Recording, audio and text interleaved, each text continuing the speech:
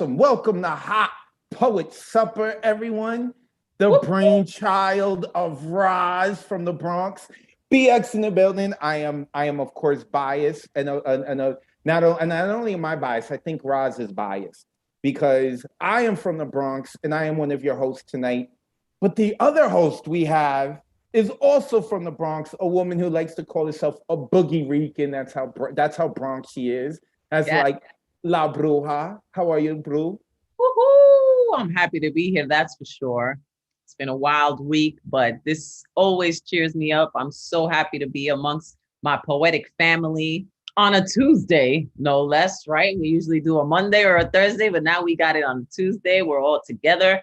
And thank you, Rosalind, through her big brown eyes, because through those big brown eyes, she saw a vision, and here we are accomplishing it. So it's a great, great thing. It's a nice hybrid show in that it's features and open micers. And we have a lovely list lined up for you today. And tonight could not have been possible without New York City Department of Cultural Affairs. And this is definitely a cultural affair. And New York Foundation for the Arts. So we got a plug. Paul con Queso's in the room. That's great. We got our features tonight. We got Sam Park. We got Kayla Garcia, Paul con Queso, Ray Jane, and Roz, who made it all happen.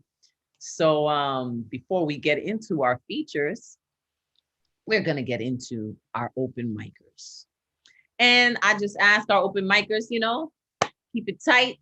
All right, we got a long list tonight. We want to be able to fit everyone in right. You know what I'm saying?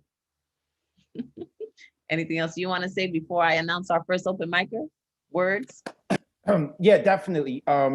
Check out through herbigbrowneyes.com or check out Roz on Instagram through her big brown eyes. She is the one who made this happen. She is the one who reached out and said, y'all should give me grant money so I could do some stuff with my awesome friends.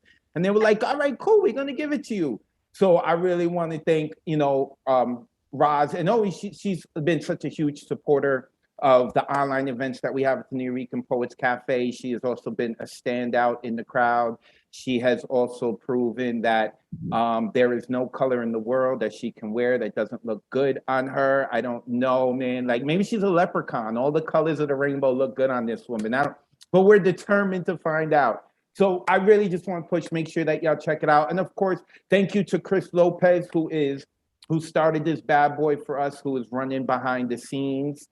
Yeah, the man with the he's got good hair too. I don't know what it is. All y'all got good hair, man. I got to get a wig or something or change up my hair, because like one of our features, Sam Park, woo, got a fresh haircut. I'm loving it. I'm loving how Ray Jane did her hair up. I've seen Mark Thompson here, but now he's got the faux hawk. I used to have the faux hawk. I may get that again, but yeah, I'll go on and on bragging about how good looking a bunch we have here.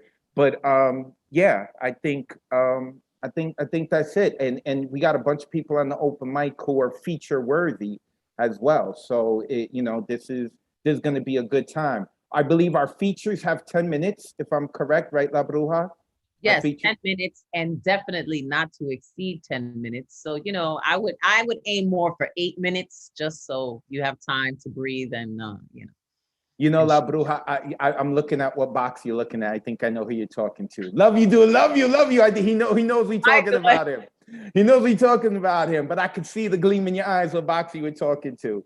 So, but yeah, we definitely, they say definitely feature worthy open micers. Yes, we do. So it's exciting. And I always love rocking and hosting with La Bruja. I appreciate her energy. I just wish we were doing it in person because then she would give me a lift in her fly ass Mustang and whatnot that she bought for herself on her daughter's birthday. I'm just saying, And then she paid for people to have the roof fixed at her house on her mother's birthday. Like, I'm just saying. You keeping tabs on me where I'm spending my money on other people's days. Thank you very much. Let me see what I buy on your birthday. Whatever it is, I want to be able to enjoy it. You buy yourself a plane, I want to get on that plane. So I guess we are ready for takeoff. Are we? Ooh, I think you a poet. Go ahead, poet. I'm here with you. Go ahead. Okay. Oh, so time limit for the open micers is a question by our first open micer. You got 2 minutes, right? We said like 2 to 3 or 2. What do we say? 2 minutes because we have a good at least 20 poets. So you got to keep it tight. Keep it megalodon thing, whatever that means. Generalissimo, though, you are our first open micer. Generalissimo, Brian Franco. Let's unmute Generalissimo. What, you have some grapes behind you today. Are you gonna make wine or what are we doing with this? He's not unmuted. I keep asking him to unmute, but he's not unmuted. Okay, I won't touch. There, I'm unmuted. I'm there. I am. I'm sorry. I'm going to do a brand new poem I wrote this afternoon. Oh, so it's some new In the shit. workshop. So, yeah, you get to be my guinea pigs. Do poems with multiple homes pay extra property taxes is the title. Home is not always a place with a roof or where I lay my head. Home is a place of comfort, a cocoon that allows me to fly away when I need to. Home is coated with familiarity, but can exist in total newness that becomes familiar. Home is where family is. Family isn't always necessarily blood, but those who are willing to share your wounds and dress them without asking. Family can be home personified. Home can be when another poet reads a poem I wrote aloud as if I wrote it for their voice. They read my words and tell their own story. My words dress their wounds unintentionally. Their voice cocoons my story, allowing it to fly somewhere new, a place familiar to a voice that found a home in my poem. My home is as brand spanking new as it is familiar, and I have found a new home in someone else's voice. Thank you very much, everyone, and thank you, Roz, for letting me come tonight. Generalissimo with that new fire. Nice, I like that. Great opening, General. Bravissimo. Also, he's Yeah. a really great chef too. Definitely recommend his cooking. I'm still waiting to taste some of his cooking. I know his poems make me salivate. He makes me hungry so often. Thank you, Generalissimo. Thank you. So cool. Okay, and now we're gonna go in with Nicholas Correa, aka The Withdrawn.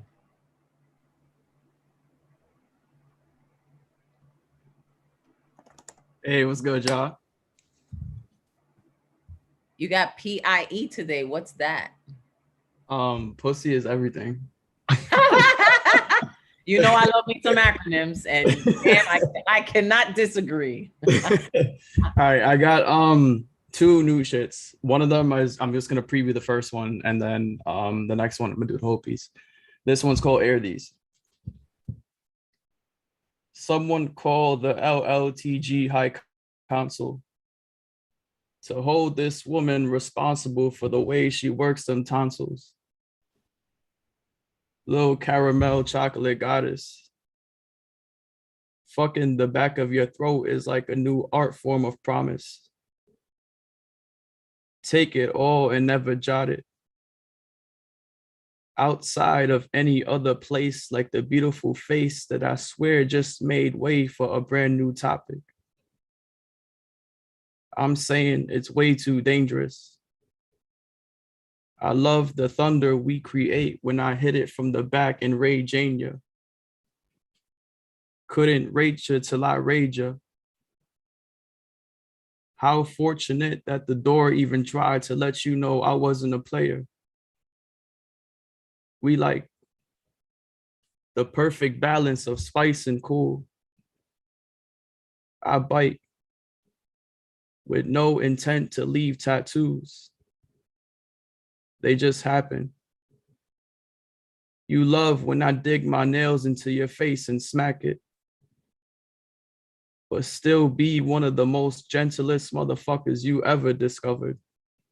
And that's it for this piece. The next one is called Elemental Hero Tempest. Turn around and look at me. I want to feel your hair on my chest, even though it gets me itchy. The energy of your face in my direction. The change in your breath down my stomach as you go from being awake to sleeping. Your heartbeat as it knocks against my left rib cage. The moans as my fingers massage the branches of your head.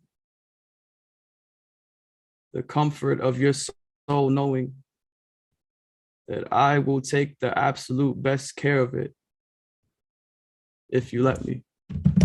Thank you.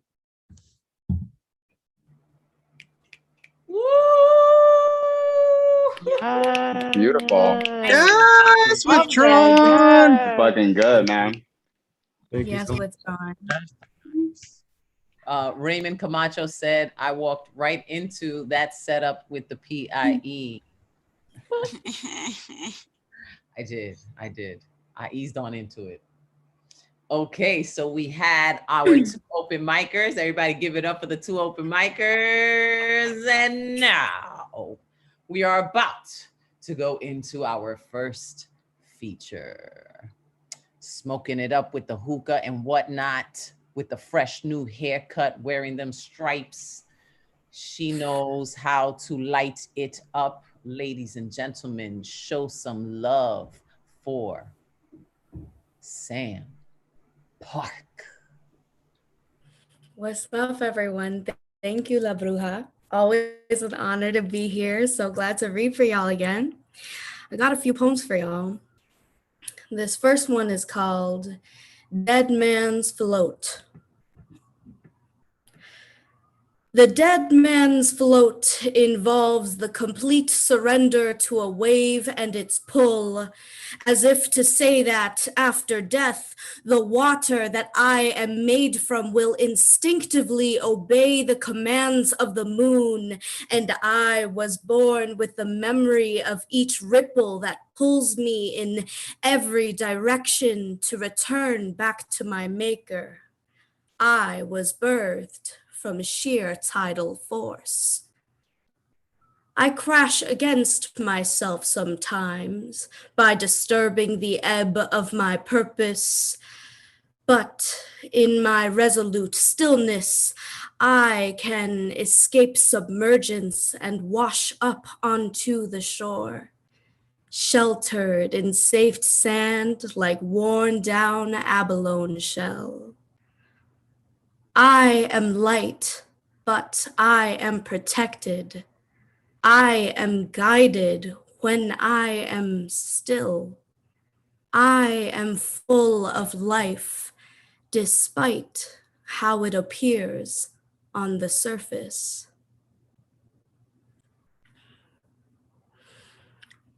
Purple. Purpose, whether puritanical or pagan, promises power in paramount purity. It possesses protection, prowess, and proud jurisdiction with the project of responsibility. A priestess, paired with a proud prince, projects a portrait of precious petals plucked prematurely.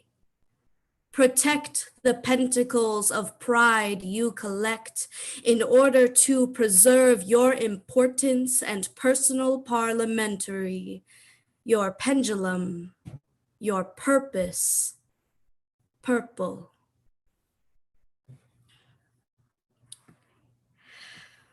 My darling, you love art, and I am the artist that loves you. I am an artist because I am an observer, and when I witness your fervor, I witness my muse. You are imperfect, but that is your virtue. Every coffee-stained, crossed-out part of you seems perfectly placed with the sweetness of age, with your timeless thoughts ivied in script upon the page.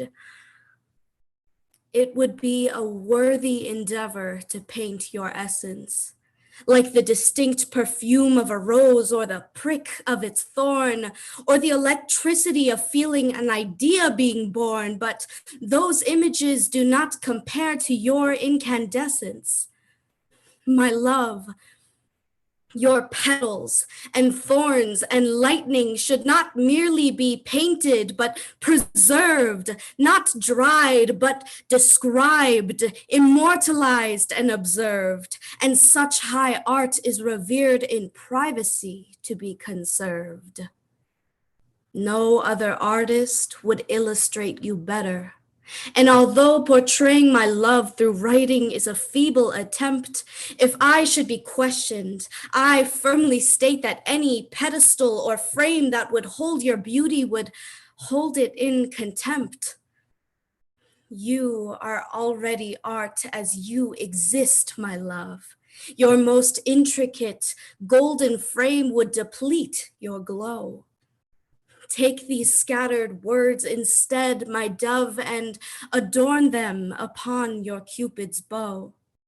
So when you should speak of yourself and your traits, I hope you regard yourself with the same love, in the same weight that I have for you, my muse, my darling breakthrough, since you love art, and I am the artist that loves you.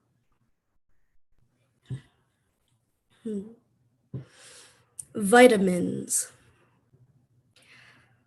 Loving me is like taking vitamins. Swallow me with a glass of water, dissolve me under your tongue so your body recognizes my purpose, and do this every morning until I am one of your habits. I am a minor inconvenience, so set your reminders, write it down in your planner, or I will alarm you if you forget. Invite me into your muscle memory, because loving me will be like taking vitamins. I'll replenish your temple until I am a part of your vital vitality. As long as you remember. September 1st, 2021. Shackles of fate.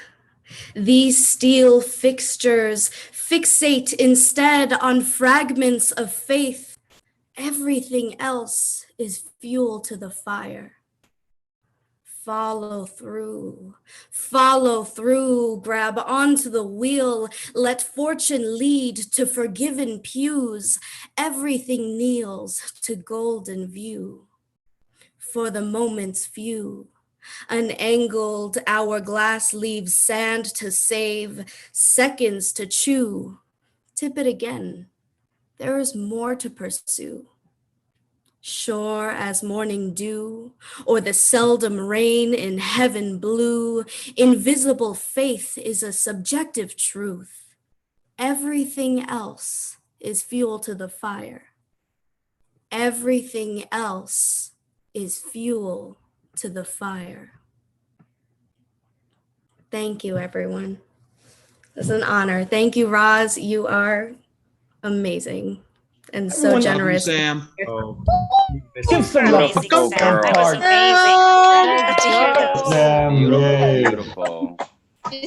That was good. Nailed it. So much love. We missed Sam Park, our first feature of the evening. We're getting things off started in the right way. So we're going to continue forward. Of course, we are streaming live on Facebook and YouTube. So if you would like to rewatch our features, rewatch our open micers, make sure that you go to the Facebook and YouTube page of the New Eurekan Poets Cafe. And of course, shout out to Roz for putting this together through her big brown eyes, through her bigbrowneyes.com. And I have the pleasure of welcoming a badass woman to the virtual stage, and that is Jane Spoken Word.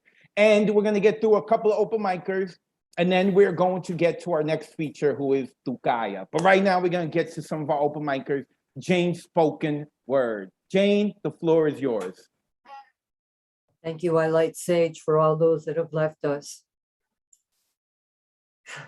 It's been a time of loss for a lot of people, personally and out in the world. So I will tell you the words of Chief Seattle. There is no death, only a change of words. So, my piece. I am not here. Please do not weep. I am the earth beneath your feet. I am not here. Please do not cry. I am the clouds, the wind, the sky. I am not here. Shed no tears in vain. I shower you with love in every rain. I am not here, but still shine bright. I am the stars that grace your night. I am not here, though my story's been told. I am the music that fills your soul. I am not here to see your face. We will meet again in the other place. Peace, yo. Thank you. Thank you, Roz. Thank Give you, some love everybody. to Jane Spoken Word. That's my Jane. Yes, We Jane. needed to hear that. Nice, So Jane. much. Thank Thank you. you. That's my Thank Jane. you. Mhm. Sending love to Jane Spoken Word. I appreciate you being part of our community as always. Jane has actually been doing a lot of work with the New York for a while. So, you know, I always respect those who come before me and we're part of laying the foundation. And I appreciate you so much. Thank you, Jane. Okay, so Jenna Can Do No Wrong Fleecing is supposed to be next. But Jenna Can Do No Wrong Fleecing messed up. She's not here. So we're going to move to the next person on the list, and that is Mr. Ed Poetastic. Maybe Jenna will come in later. I hope everything is good with her. Mr. Ed, we don't see if there's the face. He's getting the face. All right, Ed, got 2 minutes to rock out, brother. The floor is yours. Good to see you. Good to see you too. Thank you for inviting me to this wonderful Poetastic avenue. Thank you. Thank you. All right, I got a few more minutes. Here's a little grieving piece. I know people lost a few people these days, so here's something hopefully can flush out the gray. This is called Gray Haven. So you sailed away to greener days. What can I say? You're on my way. Now I'm astray, basking in your ray, drinking the frigid gray, heart empty alleyway, cracking the clay of tears I couldn't slay. I pray and pray and pray that you're A-okay. You quickly decay, memories won't sway, living for you every day, you won't fade away. So here, now, and today, let's enjoy, live, and play. Now you're on full display. You don't have to fly away. Thank you. I got one more if you want. Unmute yourselves. Give it up for Mr. Ed Poetastic. Thank you. Thank you, Ed. That's it. Ready. Oh yeah. Yeah. Ed, you said you have another one. Is it real short? It's real short. Like a minute short? Like a few minutes shorts, but I'll speed it up.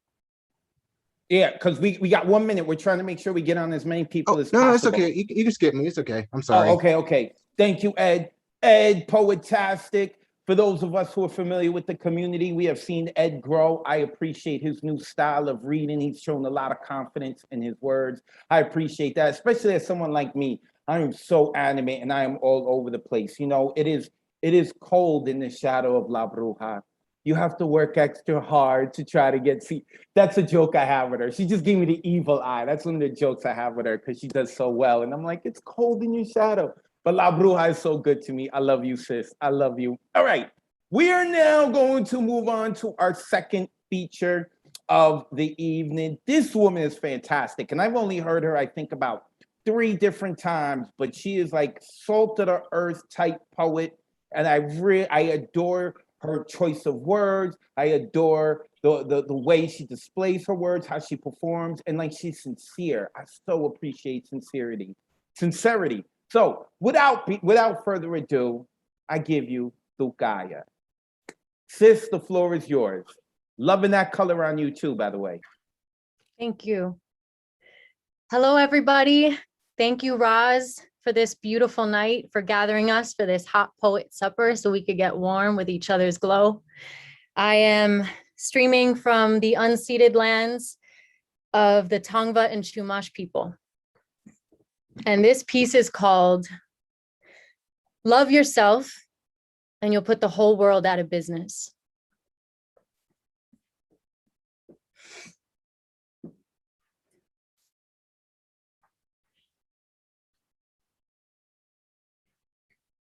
Sometimes I catch a glimpse and forget that I'm a bad bitch.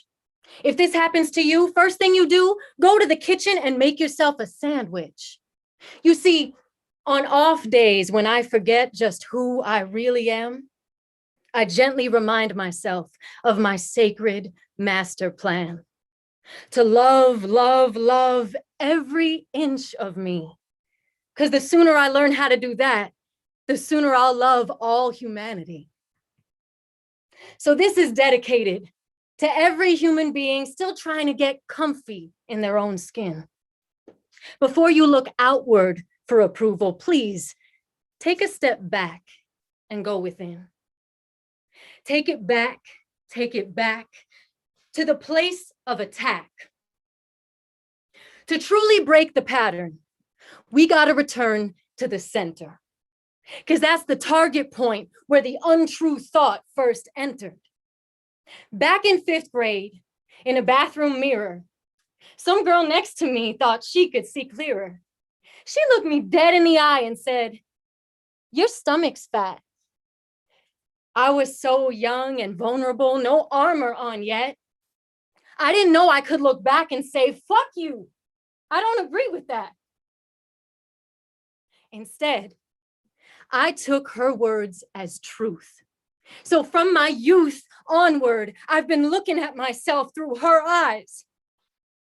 Her eyes. His eyes.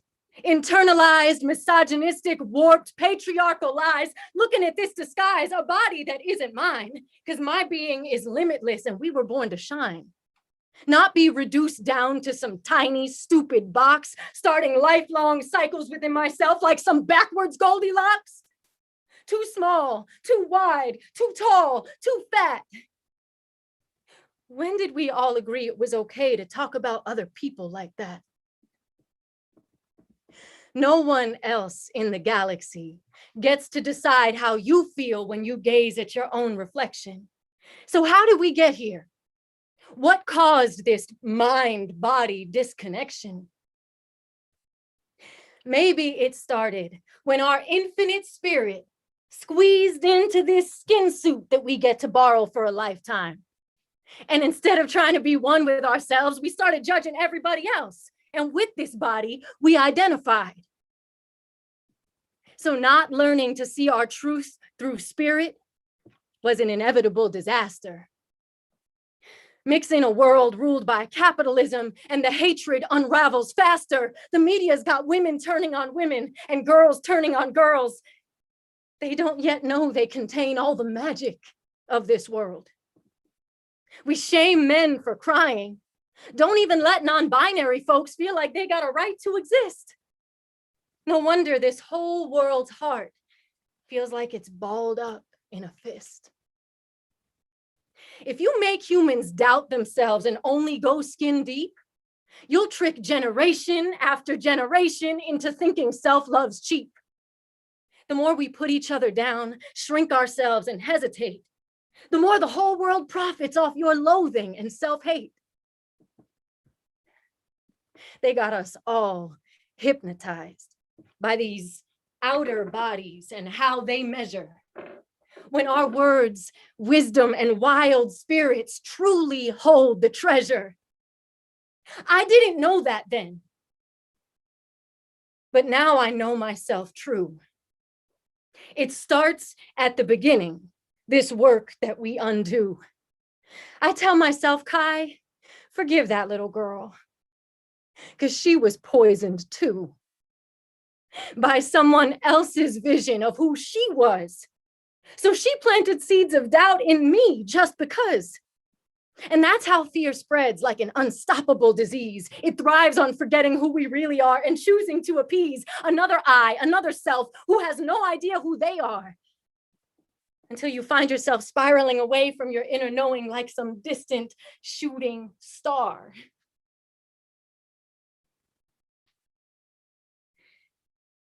My stomach is my center, the doorway to everything tangible and mystical I will digest in this space and time. It's soft, beautiful, strong, regal, and for a brief moment on this earth, it's mine.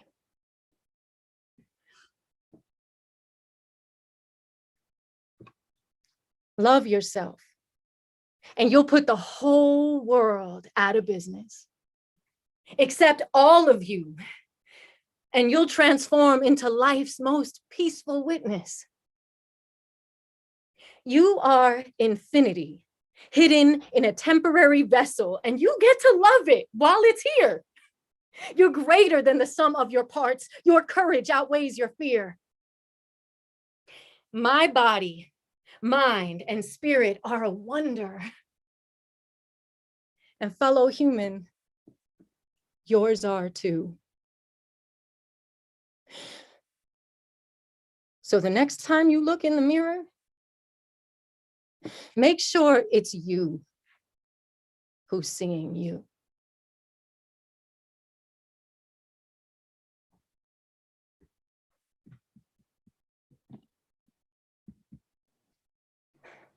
Wait, I've muted everyone because I thought, do you have another piece? No. Okay. Let me unmute everyone so we can give you love. I'm sorry. Give it up for Tukaya and that wonderful.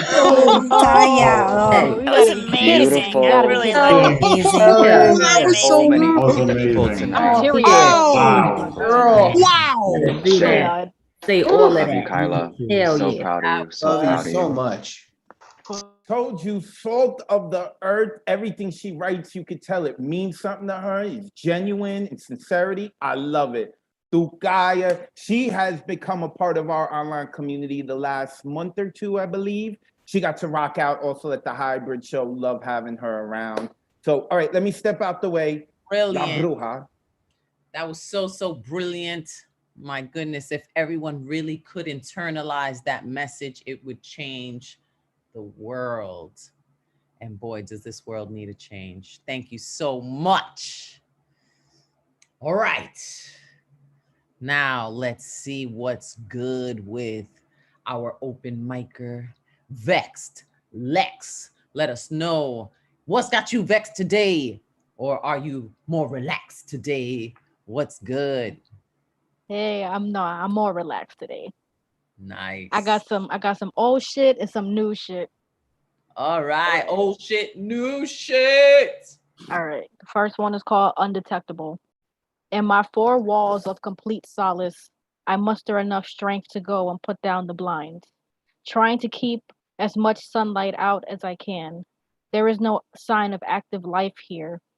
I have excelled at becoming restless in my youth, reckless in denying my truth, longing for a good day's rest after a bad night's best. The only indication of the passage of time is the ticking of the clock that never skips a beat. It has its purpose, or how I wish to be that clock. And my new shit is called Learn to Love. You don't want to learn to love with a perforated chest. You don't want to learn to love even when you think you're at your best. You don't want to love even when the timing is right. You don't want to love to help you sleep at night. She loved you in daggers and left scars that only you could see, causing you to stagger and gather your strength to keep from falling. You hear a faint calling from what once belonged to you. A heart that realizes it must flee. A heart that you are eager to reclaim. A heart that yearns to be free from her claws. And sometimes you wish love could just be put on pause. And you roll your eyes at the thought of finding yourself in love's trap once more. But how are you so certain that things will be just like before? Thank you. Yes, Vex, Lex, letting them know. Man, people's concept of love, self-love, love, how to love is all fucked up. Thank you for clarifying. Thank y'all for having me in this space. So great to see you. Right? Okay. Now, ladies and gentlemen, joining us from the open mic list, none other than Finn Bell. Good afternoon, everyone from the Bay Area. And thank you so much to Roz for setting this up. And I just lost my poem. Where'd it go? Okay. So I'm going to share an old one with you guys, a slightly older one called Naked. I awaken to my internal clock, or perhaps something more primitive, craving the sun's first rays, its protracted teasing beams brightening first rose, then limoncello thick, bending through the shutters to rouse and wash over our sated, reclining bodies. In this sacred hush, I lean back. I do not touch you. I only allow my eyes to consume your beautiful sleeping form, naked and open to me and the arrival of morning. The sun becomes a lover. He is pleased with you. He toys with the way the light plays upon you, as if he were imagining the choreography of a delicate ballet. Dancers in ecstatic fugue, rushing without thought down the strong slope from your shoulder to your back, delighting in the challenge of scaling inch by inch the majestic hills formed by your succulent exposed buttocks. The sun continues in his ascent, perhaps longing to find better purchase upon his own cumulus bedding, to gaze upon you, all of you, at his leisure. As he shifts and tilts, as he sighs and settles, his heavenly movement scatters his adoration of you into droplets of luminescence, a million variegated prisms making swift changing arc of color, kiss upon kiss, to inundate the cinnamon sheen of your skin. He has painted you, recreated you a favored Adonis of many hues. I watch this kaleidoscope shimmer and jump upon my own arm as I reach out and suspend a single finger above the curve of your spine to follow one rainbow forming and then melting into the rising heat of your flesh. I am envious of that intimate act, wanting to press all of my own waiting nude shape into yours again, to fuse in the covert way that our bodies know and recognize each other, like memory, like instinct. I am impatient of the distance between my hand and your body, of my skin not near enough to your skin, and I capitulate, drawing that single finger, the lightest touch, over each vertebra, causing you to shiver, to stir. The sun, vain and amorous, refashioned you an Adonis, but I cannot help but think this is the vision Psyche's eyes first alighted upon when she beheld Eros by dim candle in all his unclad glory. God of sex and love, daylight will claim you too soon. He must wait outside. Sun, peek all you wish. Love gods bow at this altar. Lay with the divine. Thank you. Damn, Finn Bell. Wow, that was like poetic porn. It was so hot. Anyone that can use the word buttocks and cumulus in their poetry is just, I just love it, and make it sound so smooth. Sheesh. Finn Bell. Damn. Shall we unmute everybody so everyone else could get it up on in on this? What? Go ahead, unmute them. I thought it was so. Yeah. Nice. I really like Siguiente, mami.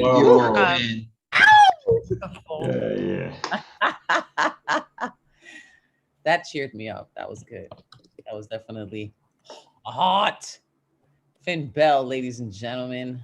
Don't sleep on Finn Bell. Aphrodite, yes. Aphrodite vibes. Okay.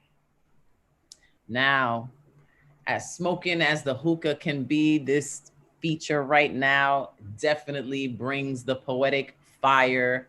You may know him as Paul Con Queso, but he brings the fuego. Ladies and gentlemen, show some love for Paul La Torre.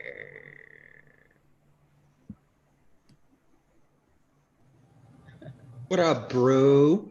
Hi. How we doing tonight?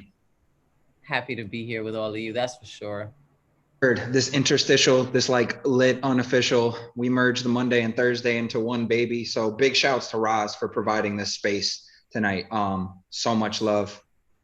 Love you, sis. Yeah. And before I rock my set, I would just like to take 2 or 3 seconds, have everybody close their eyes, meditate on something that they are grateful for.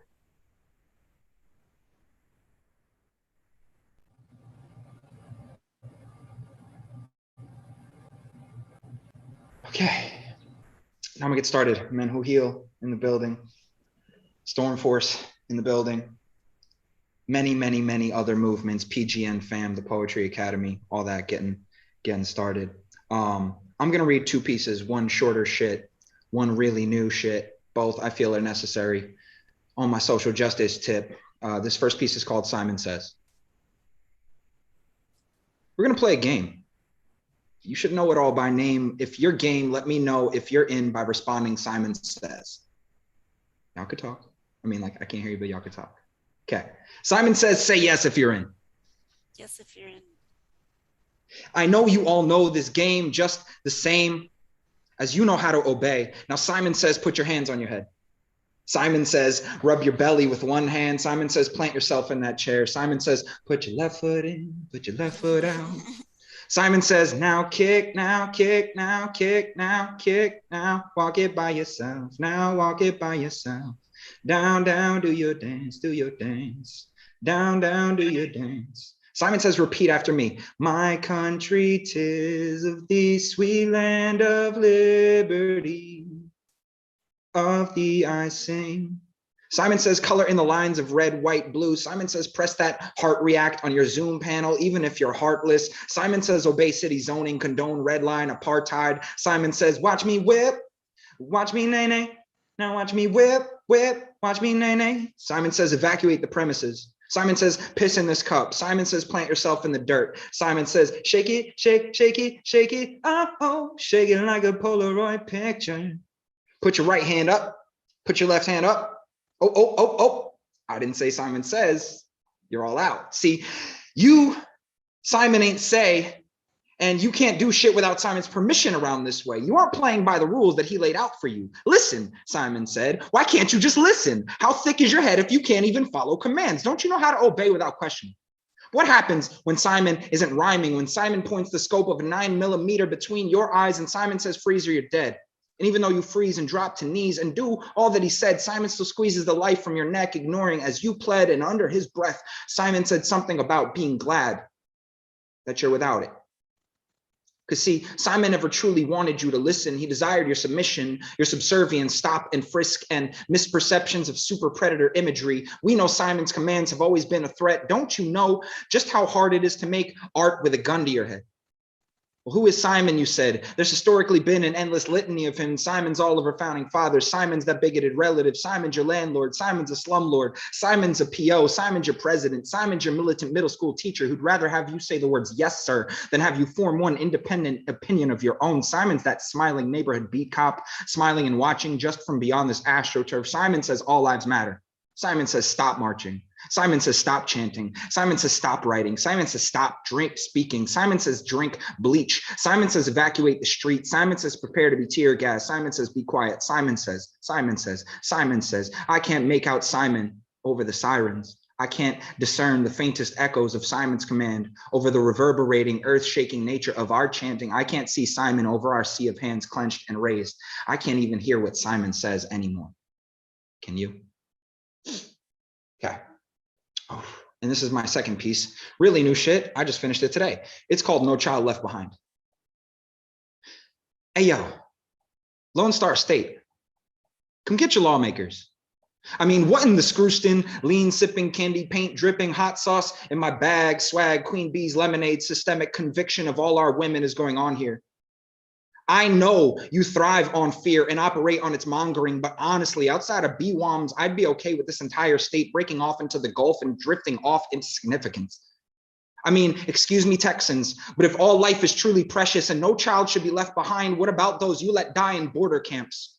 The grown beings you deny human rights and welfare, healthcare, food stamps, and a fair share of existence, because every life is sacred unless they're immigrants or refugees or poor or brown or black or yellow or Muslims or speak some tongue other than English. This dissidence brings dissonance, a disconnect from decency, preaching from mega church stages like Joel Osteen while people starve in streets and hurricanes bleed life dry while Puerto Rico, Palestine, and Cuba still ain't free. Yet you claim to hold propriety, as if Rome was built in a day, bombing clinics and threatening women at Sue Brute, demanding cesareans, miscarrying justice with each stab into shouldered structures of democracy, bloody and demonstrative as their methods can see. They'll sterilize so many of us, yet force others to give birth forcibly. Abhorrent. These lawmakers make carrying products of rape to term mandatory, but won't convict the rapist. Young mothers made to raise a child they can't provide for. If y'all want plagues of Brenda's got a baby, just say that shit.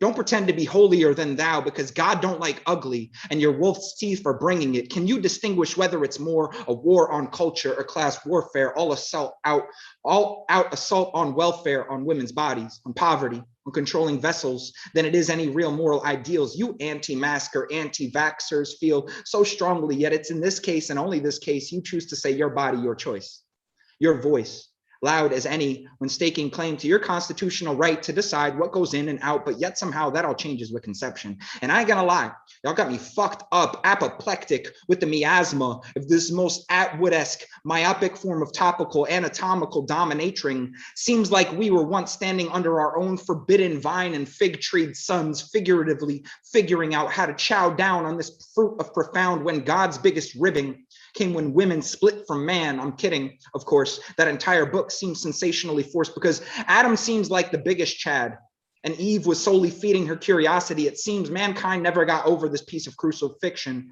Maybe when COVID causes widespread, not wife-spread, male infertility, we will see that the fruit of this tree is anything but blessed under his eye, transcribed as these lies of alliance sworn to Gilead's children of men, chasing handmade tales around this hardened garden with stone-fruited, unbloomed seeds of apathy, and tropic patriarchal misogynistic dichotomies of alarming SBs, placing bounties on the necks of white coats decreed from white robes painted black and given gavels. I mean, these rule-making canes to the able of a right to decide couldn't possibly conceive, nevertheless perceive or prescribe to empathy, nor common sense could see. If I could plant my seed in 270 plots of fertile soil or more each 9 months, in which a garden's cultivator could only bring one to full harvest by one gardener to term, why not regulate my farther spreading weed? What about regulating men's bodies? Is it so much easier to dysregulate the life-giving cycles of an entire gender and place them at risk of prenatal death than have men just take one daily? You know, I heard a pill a day keeps the doctor away because men could have say given male birth control, and in that sense protect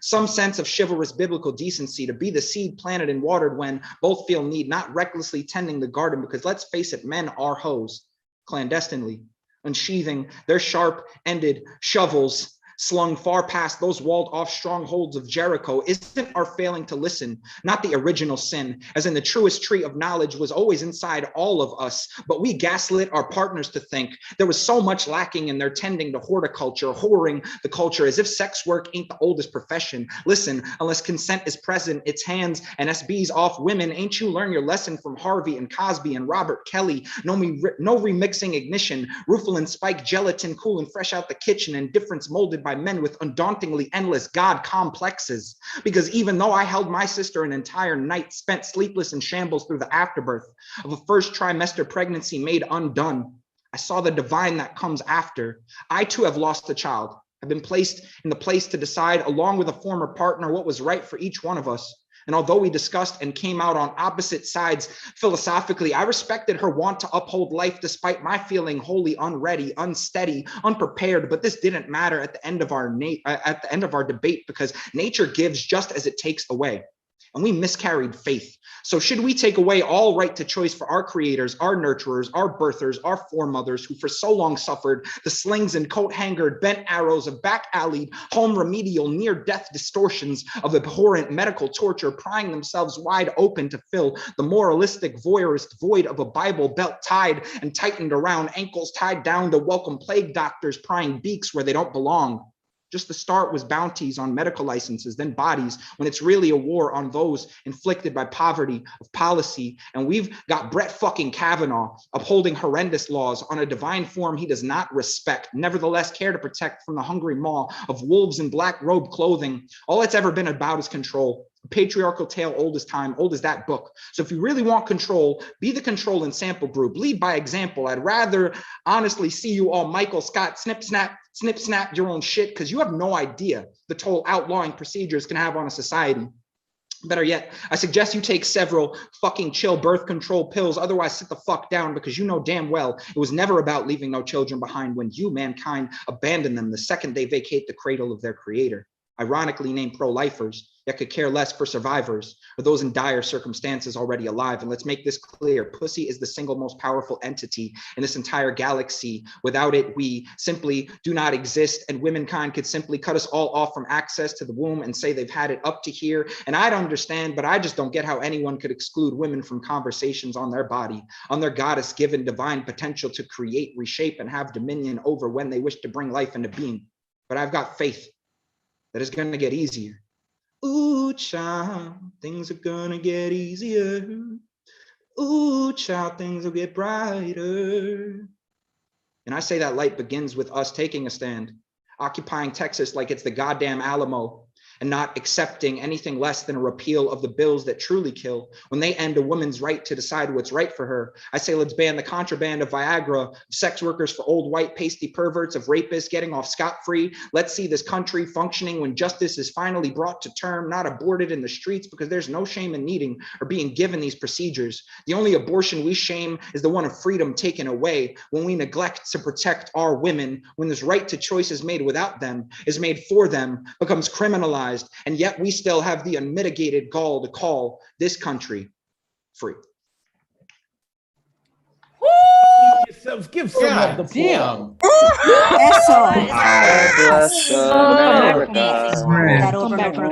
Just went crazy. Thank you. We loved it. I am so happy you gave birth to that. Con fuego. Crazy. Fly. Wow. Got to make a video of that. That needs to go viral. That has to go worldwide. Yes. That has to go. You have to film it. I'll record it. No, you need it. But I need you there as the judge or something. I need you involved, bro. We need. No, I'm down for that. But you need to film it, and it needs to go worldwide. And it needs. It's just that was just tremendous. Thank you so much. Look at the brilliance of the day. Just in a day that came out. Like you wrote that today. That's just so powerful. Thank you. Stand with our women. I stand with our women, and I stand against the fucking. The hypocrisy, the fucking patriarchal bullshit. Jesus, but thank you for that. Because we do need our men, really. You know, I've said this before, the same way that we need our white allies to dismantle white supremacy, we need our men to dismantle, this patriarchy. Yeah, we need you. So thank you so much. Thank you, Paul. Woo! Paul con queso. You could give him a follow at Paul con queso. Queso is spelled with a Q, Q-U-E-S-O. Make sure you go give this man a follow, the professor from New Jersey. All right.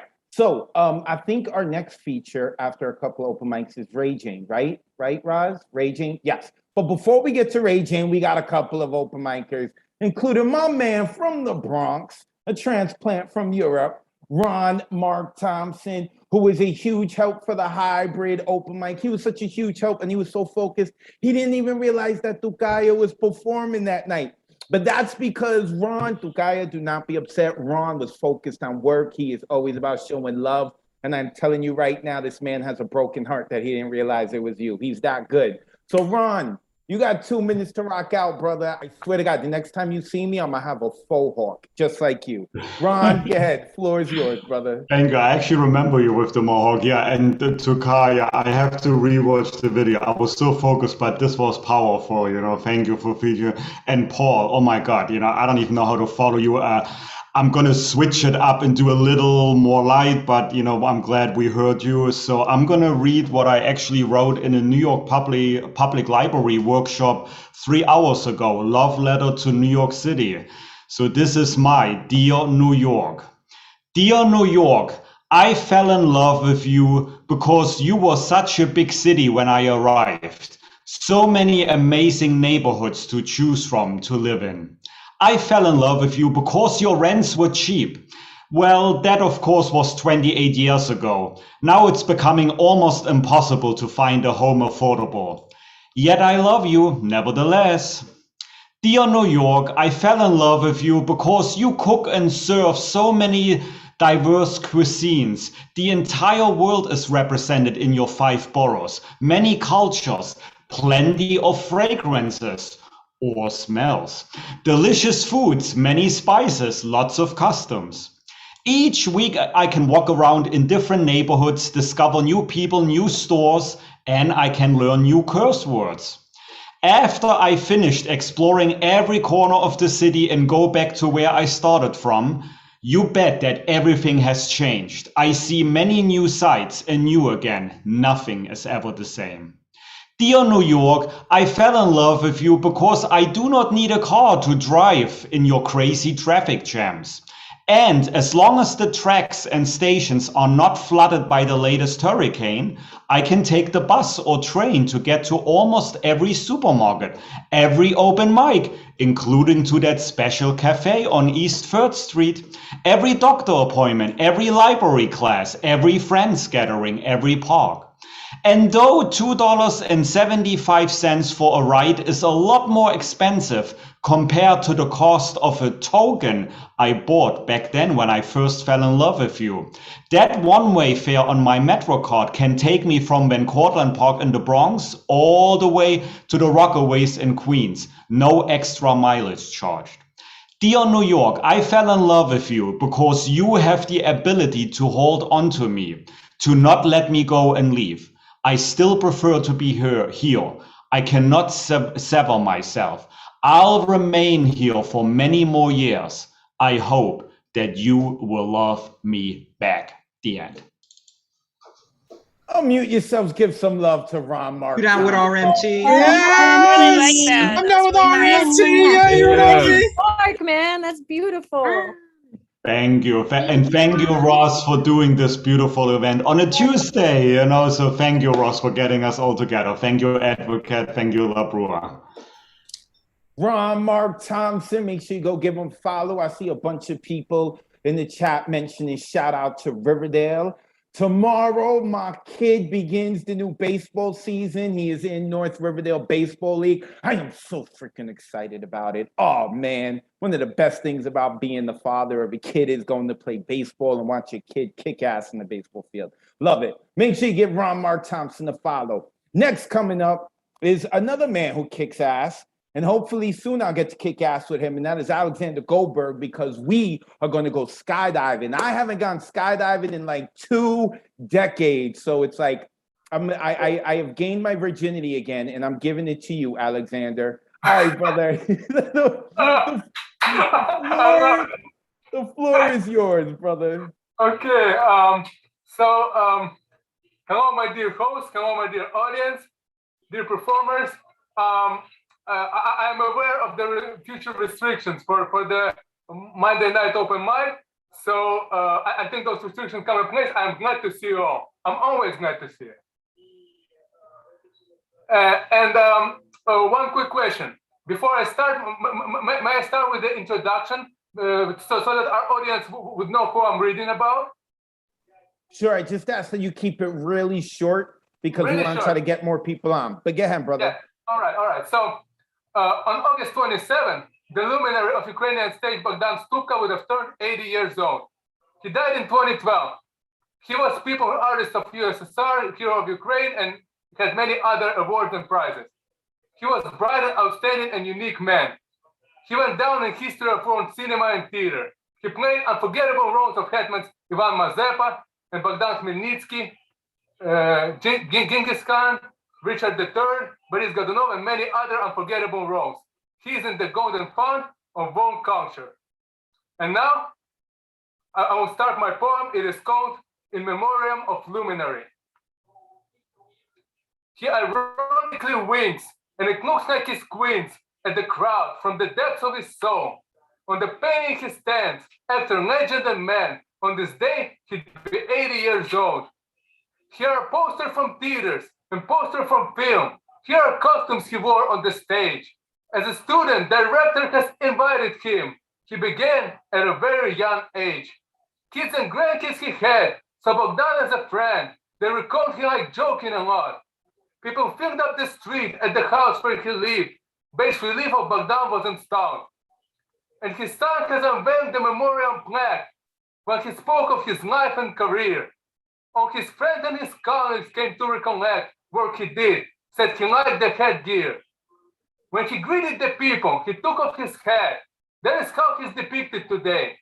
He comes out of his house greeting people like that. He exudes certain energy, ray.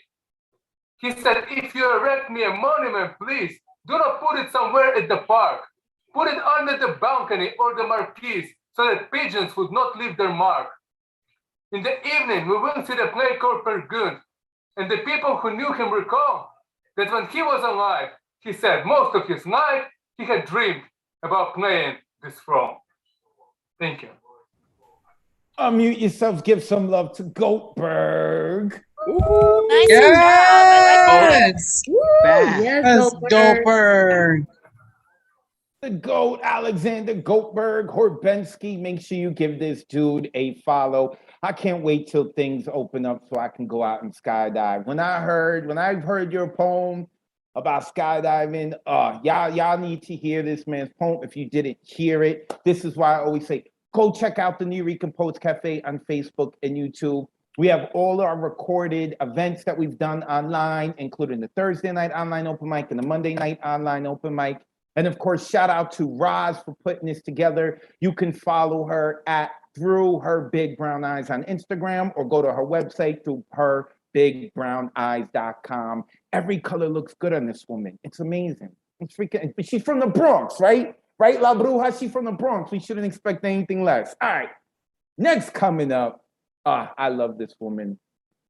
The only reason people don't appreciate her words as much as they should is because her voice is fire. When she speaks, it is like the ancestors are coming through her. You know, I be sitting in the bar with all the gods and they be jealous of her voice.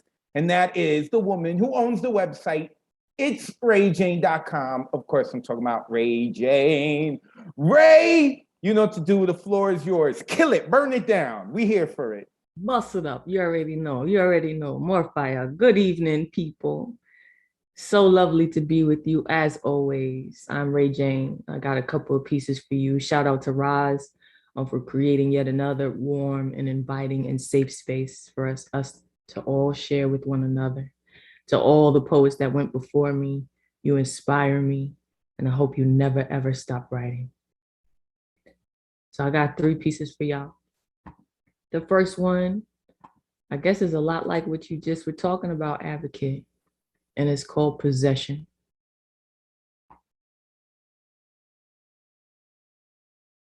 Strange fruit swinging in my throat. It ain't my groan you hear. It ain't my rasp siphoning bloodhound hollering in the trees behind me. No, it ain't mine.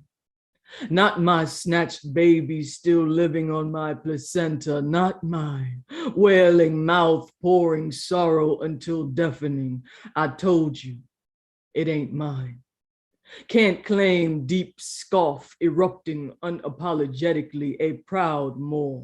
Laughs in horror as liberties lay in the hands of those taught how to bathe. No, it ain't mine. When love returns, finds itself in my mouth, gods unravel themselves, walk naked off my tongue, loud and undeniable, proximity aside, still ain't mine. Especially while toes make shallow tunnels in earth, life's current rooted into my spine, flowers becoming from spirit, magic high in the dew, early and wet, drops drum through sternum, what is conjured is not mine. I am borrowed, constructed by time, glass blown vessels seeing out of a shared experience. When creation possesses this body, I am no longer mine. Thank you.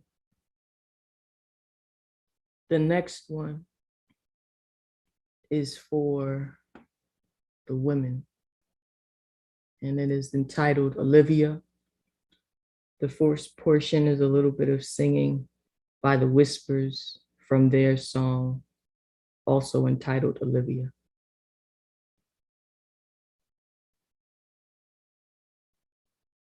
Olivia the slave got distracted on her way to grandmother's house. A wolf in lamb's clothing came, blew her mind, and it changed her ways. And now she's turned out, lost and turned out. This is a trigger warning to all those who feel unsafe in their own home, to the victims of sex crimes, to the victims of sex trade, to those who do not consider sex work an extension of their right to be, to those who, when faced with the choice, always choose survival, and for those whom the choice is taken, always choose to fight, even if the supreme refuse to judge in favor of the being already living. This is for you. There is a girl somewhere, not older than 8, blooming against her will. There is a flower whose delicacy falls like petals exchanging themselves for concrete. There is a lady who sneaks her dreams into her prayers, while a man tears into her body. There are women on your street powdering their only foundation over their bruises. She is your neighbor. She is not okay. There are females trapped in foreign bodies, sacrificing for others' fears, for their power, for their life is a defiance that calls too many dimensions for flat eyes. There are a group of girls huddled amongst the sharp of shoulders, traversing oceans, strange tuna, feed for shadow demons. There are women, perhaps the most dangerous duality, madams managing brothels of brutality, a woman and her forgotten humanity, the product of millennia of maleness. She who forgets she is a principal. Those women who teach the enemy how to capture a storm, renounce her divine for a chance to conform. Where are the women who do not need permission to fight? Where are the women who burn down every archy to make it right? Where are the women who know their power closes circuits that won't stand to see one more human sacrificed, who will throw down their life?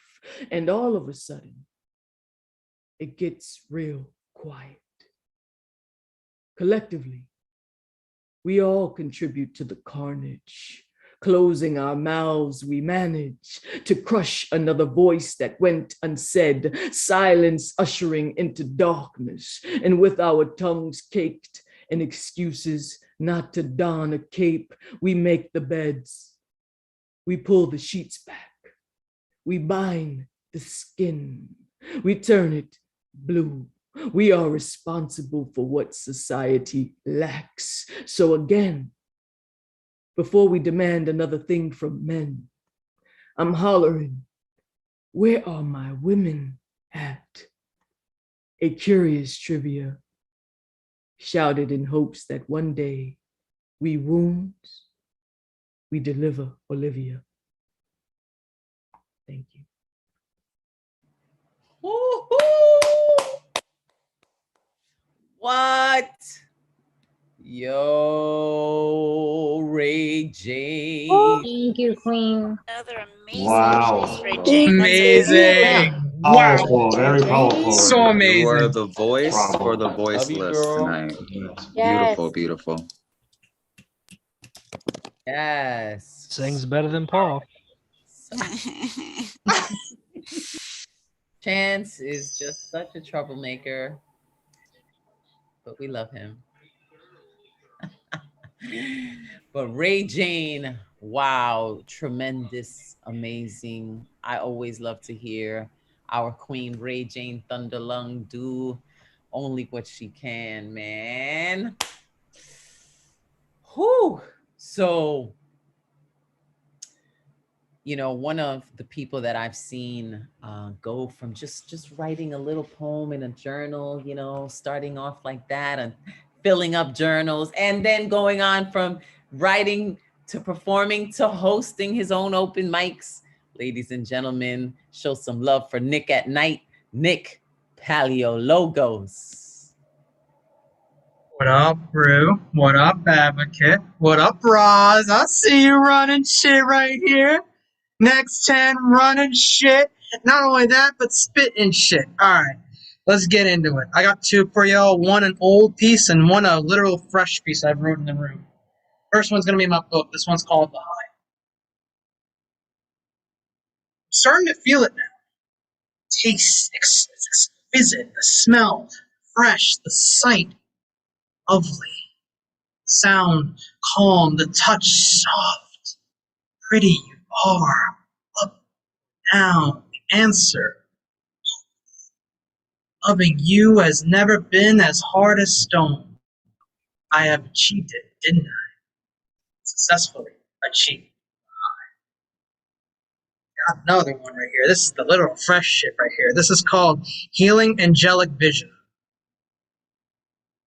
I heard an angelic voice today.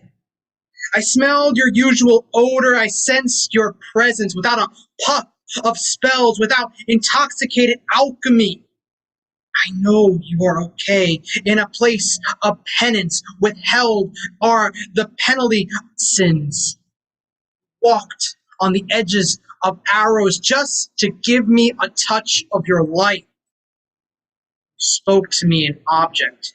You told me to eject the sorrow, fly like the blackbird engulfed phoenix. I put the object down. And down. I found a broken altar and tattered robes. I took those robes, wore them, felt for holes, patches. Not a soul reaper. I'm grim reaped of seas that sight out wounds. I tasted heaven today. I crave it again. I will walk along the edges just like you did, build these angel wings out of flames and ice until I fly like the phoenix while falling in love with my ashes.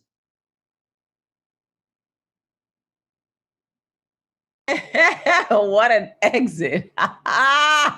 Nick at Night, Nick Paleologos, just killing it. Wow, that last piece, it had like a whole very thespian feel. That was so beautiful. Killing it. Okay, let's keep it going. Let's invite Vale Larkin. Vale had to bail, and I didn't mean to rhyme. I wasn't pulling in Ed Poetastic. Yes, you did. You did mean to rhyme. All right, so then we're gonna have to make it work and invite Andy Markert. I tried to rhyme. You're not. Hi, my loves. Hi. Hello. Hi, Hi. Libru. I haven't seen you in ages. Hey, girl. So good to see you. Okay, guys, I am completely and utterly fucking stumped as to what to perform tonight. So you all get to choose. Do I do something loving? Do I do something very smutty? Or do I do something old? Quickly throw it in the chat. Go. I got loving. I got smutty. I have so much. Okay, well, fine. Fuck. All right, we're wildly smuttying this. Jesus, that was just a lot. Okay. Thanks, guys. If you want my loving poems, I'll do them another night. Hi. Let's pull this up. This poem is called Slight Wild or Fuck Me in Vignettes. 1. The warmth of muscle rippling beneath hands as hips move of their own accord in a thin stream of morning sunlight is the champagne chef kiss of fucking. Perfection.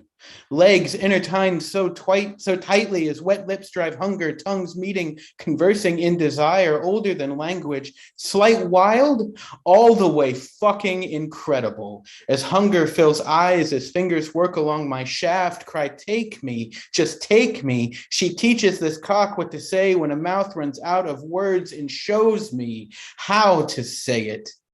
2. I play your body for the sound. Every inch my instrument, from the percussion of your hips on mine to the long-held moan finally releasing as fingers twist and squeeze pert diamonds. I've never fucked an orchestra, but sit on me as your first chair and I'll conduct every inch of you so right until the audience of our upstairs neighbors are gasping for breath as my tongue drives for treasure across clit. I know, you know, I'm hungry. You've seen it just behind my eyes all night, all morning, in every single glance. Let my tongue lash you in the only way an argument should ever end between our bodies. It'll flick its way across a sea of uncertainty to find landfall in your release. Drenched me. 3. Your eyes go wide as your body finally lets me find the depth of you hidden, shivering on knees to create a good morning of our moaning, open mouths, bodies slapping. I don't fuck to music. I create it from your cries. 4. I want to find the moment you need to scream out beyond the words just how deep this goes as that throb, that familiar shiver runs down a leg as that body finds the moment I can't stop, the moment that I need, the moment you become all the wild cravings this body has ever needed to fill in filling you, this body that learned to fuck in competition, finally finding this rush that cannot be a game, was never a game. Maybe you are what I've always been supposed to experience, coming so hard, crashing headlong into this body that's always felt like home. And as I cry, fuck me, looking to turn this moment into a ballad when my body only lasts for vignettes. Slight wild, all the way fucking incredible. Love you guys very much. And you can't ask us if we want smut or not. You know we're always gonna go for the smut. My temperature just rose. I swear, I'm feeling glossy. You see the shine? Mm-hmm. That was. I love you too. I do what I can. Yeah, you did that shit. Oh man, I'm gonna have to get plastic covers on my chair like my abuelita had. All right. Okay, without further ado, the lady who put this all together tonight, the one who thought of us all, took a leap and went for a grant. Okay, not just sitting home writing poems, making sure that she created a platform for all of us. Ladies and gentlemen, if only you could see the world through her big brown eyes. Show some love for Rosalind Diaz. Thank you guys so much. None of this would be possible without each and every one of you. Like, this is it for me. But I'm gonna try and do this one. It's a little bit long, and it is called Ruthless Regression. It goes like this. We've got Texas prohibiting abortions of as early as 6 weeks, completely overturning Roe v. Wade of 1973. I'm not pro-life, I'm pro-women's lives. The woman who wants to choose between pink or blue, but is bearing the fruits of a night that was not consensual. The woman who heard the condom break, stopped right away, still too late, tried to be safe, still has to graduate. The woman who is high risk, told she would likely miscarry, but who will address this miscarriage of justice? Lawsuits against anyone who aids and abets unlawful abortion, building campaigns between our thighs while we're told to seal our lips shut and not wonder why we're being stripped of our rights. World driven by toxic masculinity, telling us what to do with our ovaries. I am not a statistic toward politics or religion. Take a second to listen to the quiver of my uterus as my garden screams that this regression is ruthless. And we are so far from birthing freedom and liberty. That's until we abolish patriarchy. End poem. I don't know if I have time for one more. Of course I do. Just kidding. All right, I'm gonna do Fallen Sisters, and it goes like this. She will walk in the room with the weight of yesterday's sorrows and still have a master plan for tomorrow. She yearns for the day when she isn't just a pit stop, where people come to unload and recharge. She absolutely laughs more than she cries, but way too many tears have filled her eyes. She's unthreatened because she's had to swim in troubled waters since the womb. Unthreatened, not to be mistaken with unbothered, fearing no man because she's never been fathered. Every day she aims to become more like the man she wants to marry and less like the one that would catcall her straight into the kitchen. If only they would listen. But when she raises her voice and stands her ground, she is labeled crazy. She's guns, roses, and daisies. She never keeps her eggs in one basket. Every attempt to keep her tame loosens the grip of the straitjacket.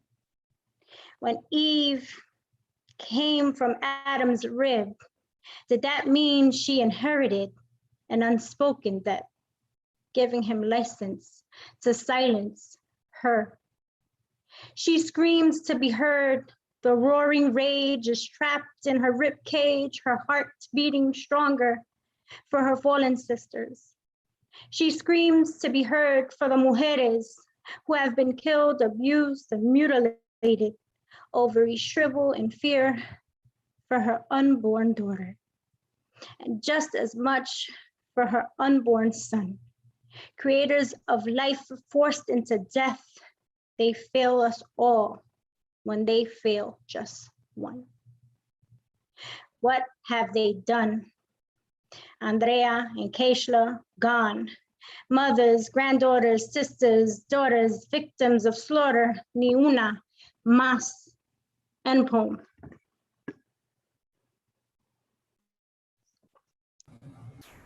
Unmute yourself. Unmute All us. right. Wow, Roz. Love you. Wow. Lady Woo. vibes. Next Chen. Powerful creature. Mama Fire vibes. creature. One of us. One of One us. of us. Yes, One of us. One of us. You guys. Rise. You can check her out, her website through herbigbrownyes.com. You can check her out on Instagram at through her big brown eyes. Thank you, Roz, and I really appreciated that boss move. I don't have enough time. Of course I do. I love that. I love that so much. All right. So before we get back to the open mic list, Roz had requested a little something, something. We're going to get into the little something, something. So next coming up to the mic to perform, she has done some modeling. She's done some stand-up comedy. She has done some acting. She's done some poetry. She's done some singing. She's done some rapping. And she's done some Mustang driving in the water type shit. Our Thursday night host and one of the new board of directors at the New Eurekan Poets Cafe, the Boogie Rican herself, the woman who introduced me to Roz, and that is La Bruja. Love you, sis. Wow, love you too. I didn't know I was going that. You made me teary. You made me teary. Hi, it has been, wow. It has been a really crazy week. A lot of gains and losses, and but all of you, I was so in another world today, but I feel so at home and so grounded when I'm with you guys. I really, really do. You guys are just medicine. You are my medicine. So thank you, thank you, thank you. Yes, it is an honor to be a board member now. Like, I didn't even really know what that meant. Like, I didn't even think about it. I was just like, we're the New Eurekans on the board. Like, we need to. And so here we are, and making it happen. And so just, and to assure that our home is your home. When it opens, we will open the doors for all of us, and as it should be, and as it is meant. I guess I'll open with this piece here. I wrote this. This was new shit when I did the gig at the Lincoln Center for 100 Years, 100 Women. This was my new shit that night, and hopefully it's new shit to some of you. I know that the Withdrawn was there, because, and you changed your name to Andy. Why? Because of Andy's poem? Is that what just happened? Is that? That's love. That's love. Okay. So let's do this. 100 years is a lifetime and a grain of sand at the same time.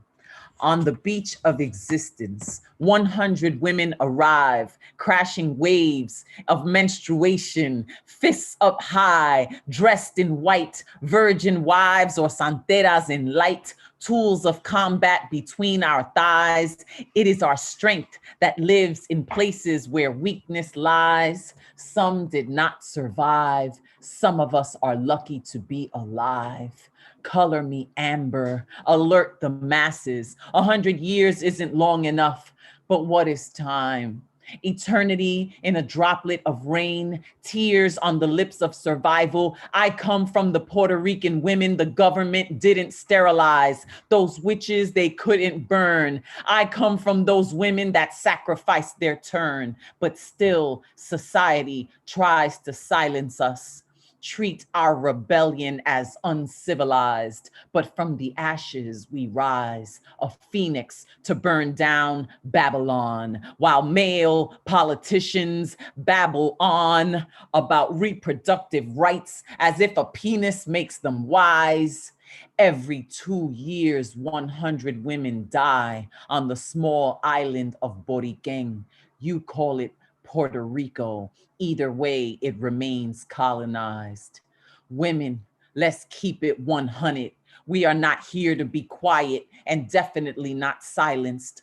overtly or covertly. The only shutdown will be us shutting shit down. We turn things around. We are the seeds that grew from underground. Our roots are made of intuition. So leery we be against institutions. They can't whiten Jesus enough to deceive us. Black, brown, like trees our ancestors were hung from. We won't go down in history forgotten. We are the sweet fruit grasped by the rotten. Downtrodden, pick cotton, took flogging, sharecropping, silk stocking, sick markings. We strut past their stomping. And remember something. Become familiar with what is known in our noggins. 100 women strong, 100 years long. It ain't enough until we are all walking together, white clothing, skin glowing. We are showing the next generation how to be part of this elevation of Mother's creation, a Bruja nation, reincarnation, information. We distribute information. We aren't paper chasing. We are magic making. It is our over and undertaking, driving stakes in the hearts of vampiric incarnations that play their stations. We illuminate the hidden traces of their hatred. Call us witches, priestesses, caciques, chieftains. When you call us bitches, we know what you mean. Damn, that woman is heard and not just seen. The color of my love is the color of their envy, green. Throwing dirt on a diamond does not rob it of its gleam. Keep shining and blow like dynamite in their undermining. I like that ending. That was amazing. Let it go, my mama. Good to hear that A again. Bruja nation. Help me. I need a lot of time to recover. I'm down. Same. Somebody get raising. Fire. La Bruja. You can follow her at La Bruja NYC. When you spell Bruja, get your Spanish on. It's a J, Bruja. And I don't know if you saw La Bruja, but Ray Jane died. And then you brought her back to life. Like Ray Jane was slumped over her chair, like that. And then she came back to life. Make sure y'all give La Bruja a follow. Of course, she hosts the Thursday night online open mic. Make sure you check that out. She does a lot of things. You got to check her out. And like I said, like she's model, she does the acting, she's rap, she's done singing, she does stand-up comedy, hosting. You know, she writes poetry when she has the time, you know, when she's not renovating her garage or like old style cars and whatnot. You know what I'm saying? I saw that. I see the cars you hiding in the garage, Bruja. I wouldn't mind borrowing one of them. I just let you know. All right, let's get back to the open mic list so we can get some more people on. And now we're bringing up Gina. Let me unmute Gina. Gina's a wild poet in herself. She rocked out this Monday with Andy Markert. They did a fantastic collab, but Gina could hold her own on her own. It is good to see you, Gina. The floor is yours. Hi. So I wasn't planning on performing tonight, but like you're making me do the thing. So I'm going to do the thing and I'm going to try to do it well. Okay, I'm going to read an older piece. And this is called Serenity. You're forced to attend a Sex and Love Addicts Anonymous meeting at the age of 20 because so many men have destroyed your psyche that the state worries about how you may respond. The state worries that 20-year-old girls who have quite literally been ripped apart by wolves will respond in one of two ways. Cower beneath as many wolves as you can in hopes they'll become herbivores, or just maybe one day start to fight back. The problem is you alternate which path you choose based on the flavor of self-esteem that tastes the best that day. You punched a man in the neck as hard as you could in the same week that you let a man who you didn't like, who you'd never like, stick his fingers inside you in a public bathroom. If you make someone else feel good briefly, does that mean you don't deserve to feel as bad? If you make someone else feel powerful briefly, will they kindly drug you to get rid of your sad? At a certain point, you couldn't figure out how to make the wolves stay away, so you tore open your flesh, tried to dispose of every part of your body so maybe they wouldn't smell the blood anymore. When men kept tearing you to shreds anyway, you started tearing yourself to shreds because you figured if you were the one with the weapon, at least you'd know when to anticipate the impact. This belief, this narrative rooted so deeply within your bones would serve to inform every interpersonal dynamic of your adult life. If someone didn't approach you with blades out, you brandish them on their behalf. If you decide all of them are innately bad from the start, it won't feel as bad when they confirm this for you by pushing your legs apart when you're sleeping, covering your mouth when your whimpers are too loud for their erections, pushing your head down from behind as they enter you in the hole you didn't agree to. You didn't know how hard consent could be to agree to. The problem is when you never learn the definition of something, you keep using it wrong. You don't understand that women, you know, we're supposed to stick together and all parties are not consenting. When you send their boyfriends pictures of you in your underwear, pictures of you with no underwear, texts from you, telling these men who couldn't care less about your dignity that you'd move mountains to have them inside you. They don't realize how inside you they've already gotten. They're too busy fucking their girlfriends, loving their girlfriends, whispering sweet nothings to these women who think that they're nothing without these male overtures. I didn't realize we were supposed to look out for women. If anything, I was helping them. You know, sooner or later they would find out that the men who held their hearts in their hands were always intending to squash them. When you have your own serious relationship, beautiful and serene, it's with a man who doesn't believe in weapons. He thinks wolves aren't the endangered species, but rather the species doing the endangerment. You forget he's supposed to consent to the impacts of your bad decisions. You don't realize there is a decision when you keep sending these pictures to men. You keep sending these flowery, titillating messages to men. Your body does so instinctually. How the fuck can you trust your instincts when the past 10 years have been a practice in doing everything in your power to avoid them? If someone isn't ruining your life, you accidentally try to ruin theirs. The most comfortable environment for you to be in is the one in which your body reverberates with the fracturing of safety around you. Maybe if the walls come crashing down, you won't be responsible for the repairs. When the guilt seeps in from the pictures sent to anyone and everyone, sent to the men who love the women but love your body more, sent from a girl who has a boy who couldn't love her more, you decide, maybe this time I can consent to choosing to be better over choosing to be wetter. You whisper under your breath, grant me the serenity to accept the things I cannot change, the courage to change the things I can, and the wisdom to know the difference. The meeting ends. The isolation does too. Okay. Unmute yourselves, give it up for Gina. Holy shit! Wow! Jeez! Holy fuck! Yo, Oh, yo!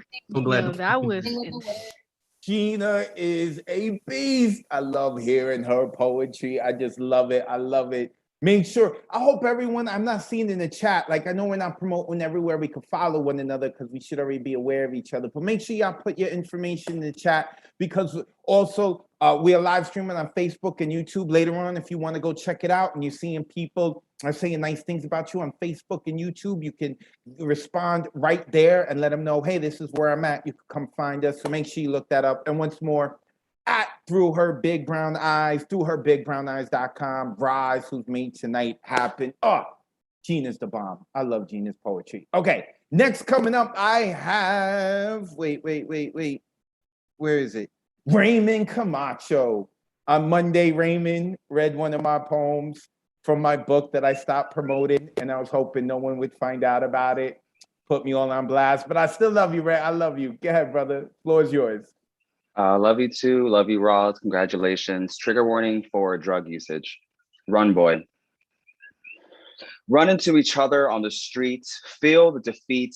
Let him have what's left of your body. Learn that his touch isn't base, and his hands take and take and take until you're ready to read poems about it on stage. When your mind is far away, too ashamed, learn that the only real performers get paid. Learn that the stage isn't base either. Run, boy. This time, things will be different. And this time, things will be different. And this time, things will be different. And things are never different because you'll learn that different isn't base either. Run, boy. You consented to the pain, but never consented to the addiction. And now you're running out of time. You just want to run, but running takes you back to base, back to the only place where you'll get a hero's welcome. Your spoon is your sword, but you're not a chef. You're sort of like a chemist, sort of like an alchemist, sort of like a god, crushing poems onto stone. Tell the world how daddy's elastic fingers still wrap tightly around your arms. How daddy doesn't smell like cigarettes no more. How daddy traded up to a needle and crushed some pills. How daddy didn't teach you how to cook plátanos, he taught you how to burn. And you've been burning your whole fucking life, burning through tinfoil hats, finding the serendipity between the legs of strange men. Mama says she thinks you're done running soon, but you're about halfway through running through your life. And when daddy taught you how to get high, daddy taught you how to get high, taught you that the sting is base and your life has been stinging the entire time. And the sting is a sign that your veins still have life. So yeah, you have a little bit of life left and you're continuing to inject. Run, boy, run away from yourself because you aren't base either. Thank you. God. Raymond Camacho, wait, let me unmute everyone. Give your love to Raymond. I'll say the same. Ray. Ray, you Great. did Love it. Where's the book, Ray? Where's the book? Where's the book? Where's the sex tape? What? Coming soon, coming soon. Coming soon is right.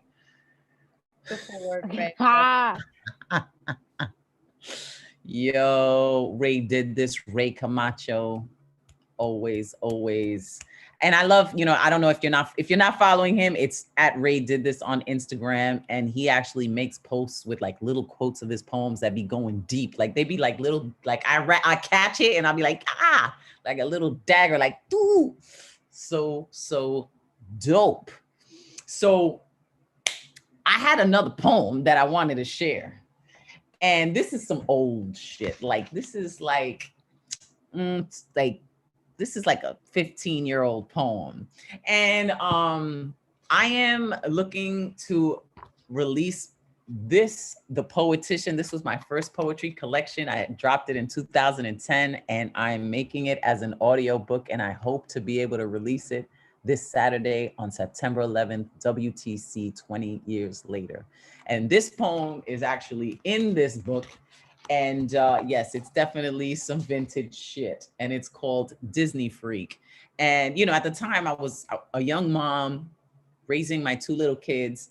And a lot of the time I would, put them in front of the TV to watch Disney flicks. So I watched so many Disney flicks and I was catching a pattern. I was like, wait a minute, what the fuck? So boom. I was wondering, are you a Disney freak? Is your first cartoon memory of Cinderella getting pimped out by the fairy godmother? Do you have Toy Story underwear on? I do. Most kids today are Disney freaks. And is that safe to say that most kids are Disney freaks? Now, how many kids turned adults are still Disney freaks? A lot. And maybe even me. And that's disturbing because I'm a mother. And most of those characters don't even have a mother. Most of those characters start out with the mother dying or just being mysteriously absent from the story. And if there is a mother, she's usually an evil stepmother who tries to kill the kid. Disney must have hated women. Walt Disney's mother was probably so abusive, it had him talking to mice, angry ducks, and dumb dogs. Crazy, right? But check it. Cinderella's mother, dead. Snow White's mother, dead. Bambi's mother, shot. Now, Belle and Jasmine were raised by their dads, but without one nice thing to say about their mothers. The only one that I remember that had a good mother was Dumbo, and look at the name Disney gave him. It's messed up, right? Well, let's examine Beauty and the Beast, shall we? There was a good mother figure in that story, Chip's mother, Mrs. Potts. And her life was working in the kitchen and serving tea all damn day.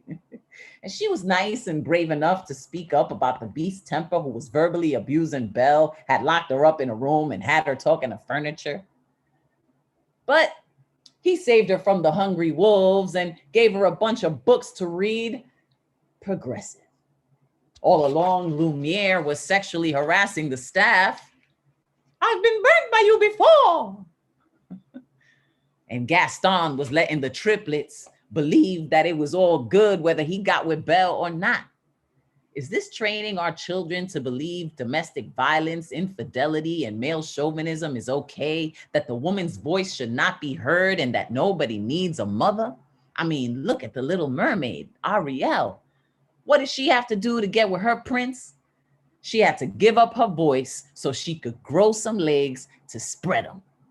I mean, come on, am I making stuff up here? I think not. And she didn't have a mother either. Lastly, what about Pinocchio? He didn't have a mother. He didn't even have a wooden mother. The only good mother figure in that story was a fairy, as if good mothers don't really exist. And I know Pinocchio wasn't a real boy, so he didn't have to have a real mother. You know why?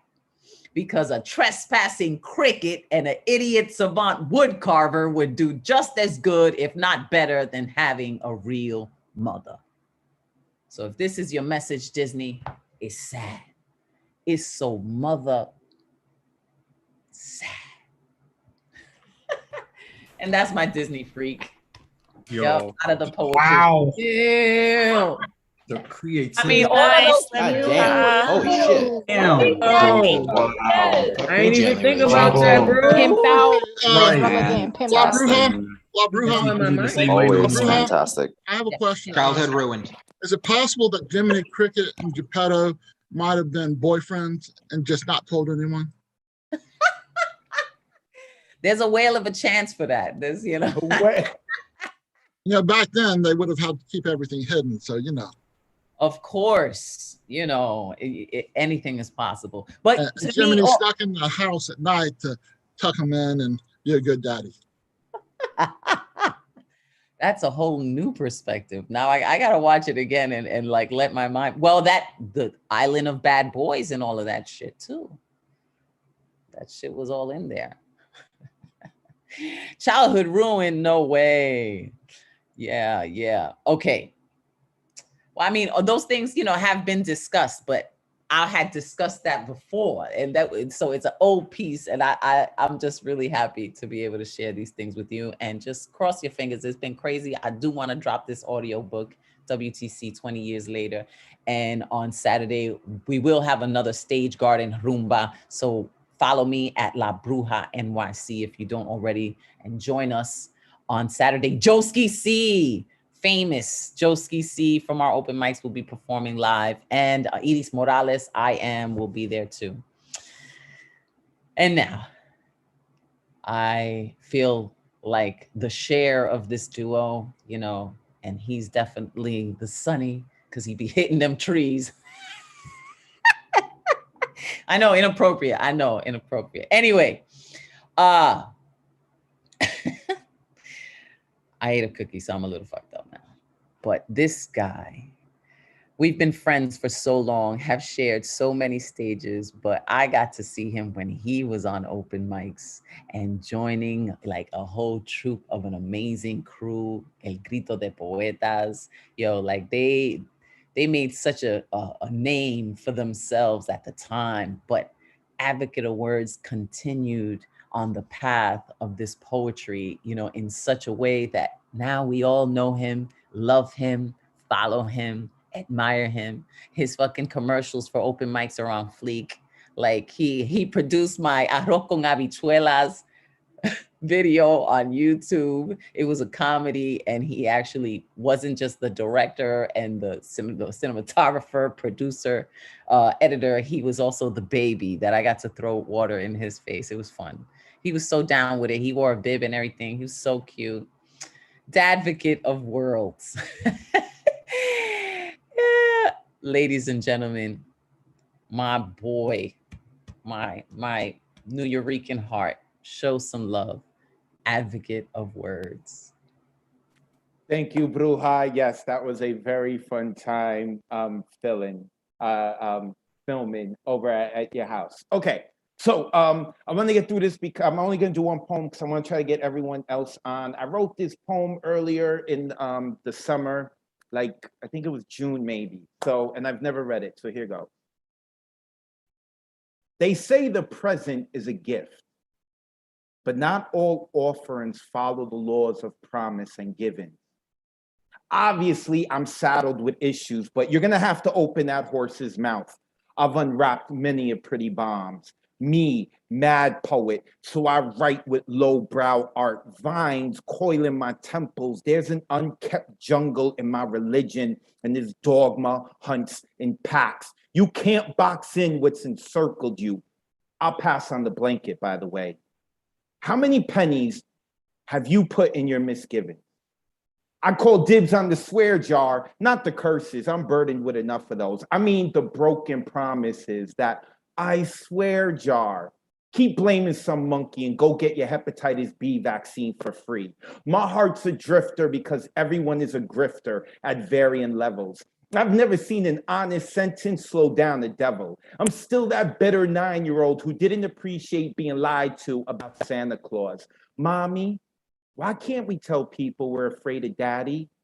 It's all Catcher in the Rye and I've left my mitt at home. Screw it, I got a baseball bat. I've tongue-kissed too much hair. Women who look to the left when they lock lips. If saying the word love doesn't feel like you're trying to flip a manhole cover, I don't want to hear it. What does a blow job and a con job have in common? The sucker always has more control than they realize. Maybe I'm tainted. Maybe I'm embarrassed to say I just recently discovered that thorns have roses. Maybe I fear being outcasted because if I admit I see a naked emperor, or maybe the herd mentality is an echo of chamber of lies. Maybe it ain't music to my ears. Maybe the present isn't a gift. Not all offerings follow the laws of givens and promise. Obviously, I'm saddled with issues, but you're gonna have to open that horse's mouth. I've unwrapped many a pretty bombs, and I'm tired of cleaning the guts and gizzards of my smiles off of ceilings and walls. And peace.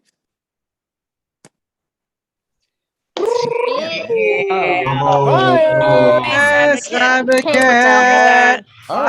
You advocate. Act like you ain't just bust us up. That's I what you know, want. right? One of us. Wow. One of us. Yeah, I get to be one of you. I got one of those books. Most of us. Get that book.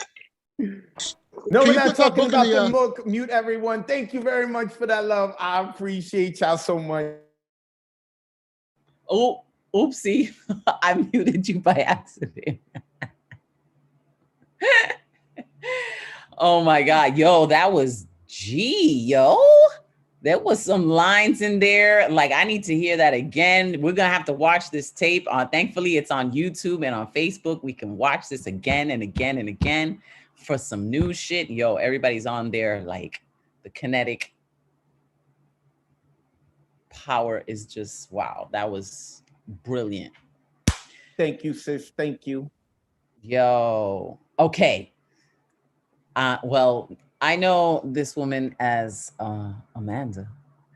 Oh, Then, before we get to Amanda, can I just say shout out to Amanda, because Amanda went to bat for me.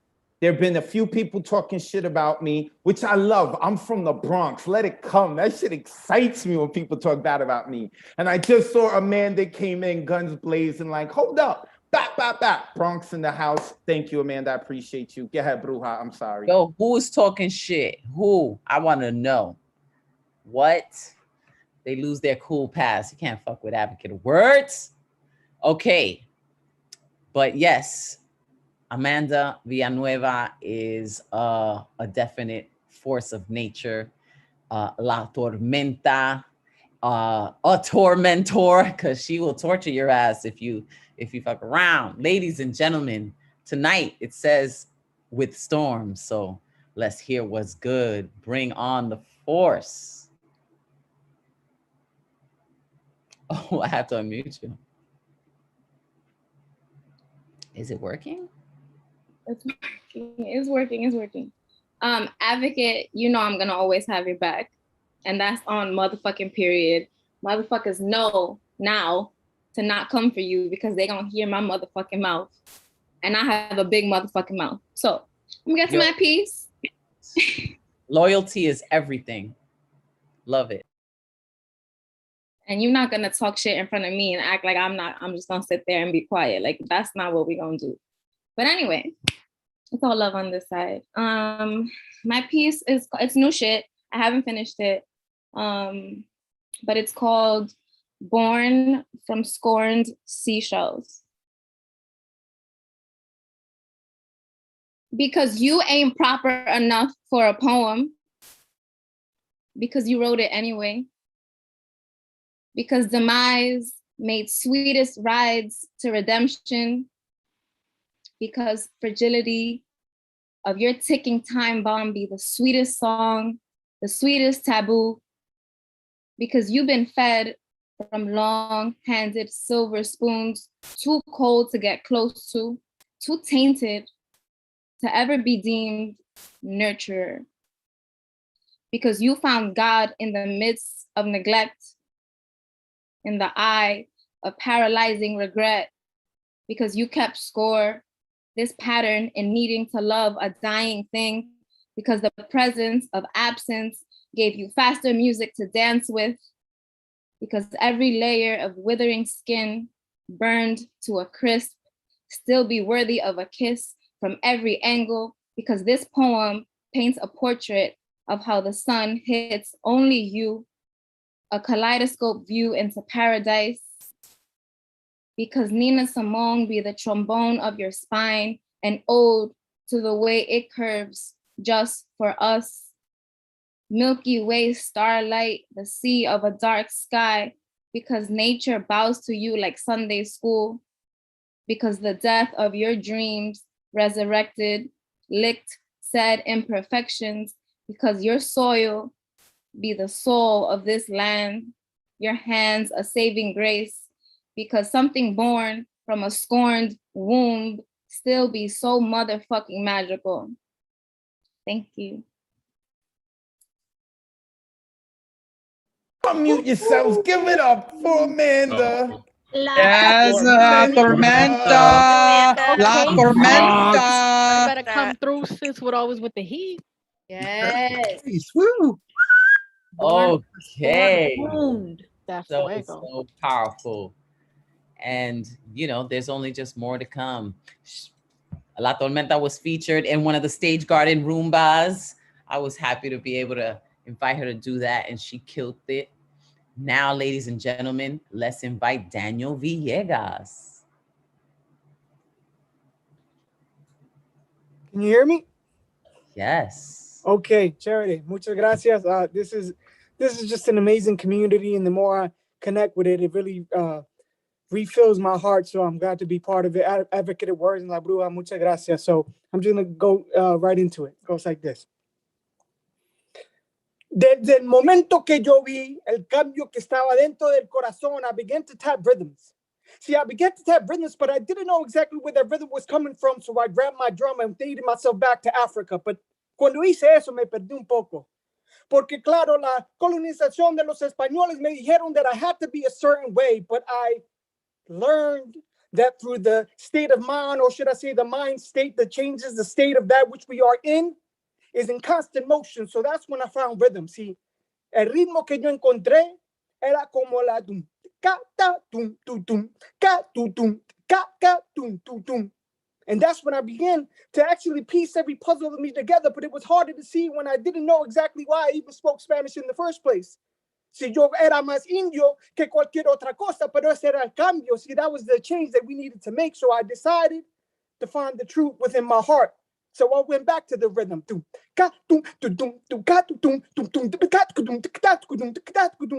en el ritmo encontré that we are all the same person having a different reality. So the perspective is how we actually decide to speak our expression. Y en eso vi que la realidad somos nosotros del corazón. Thank you. Unmute yourself. Give it up for Daniel. Daniel. Go. Yo, bilingual fire, yo. Bilingual fire. Bilingual. Dan, oh, wait. You got muted, La Bruja. You got muted. Unmute yourself. You host.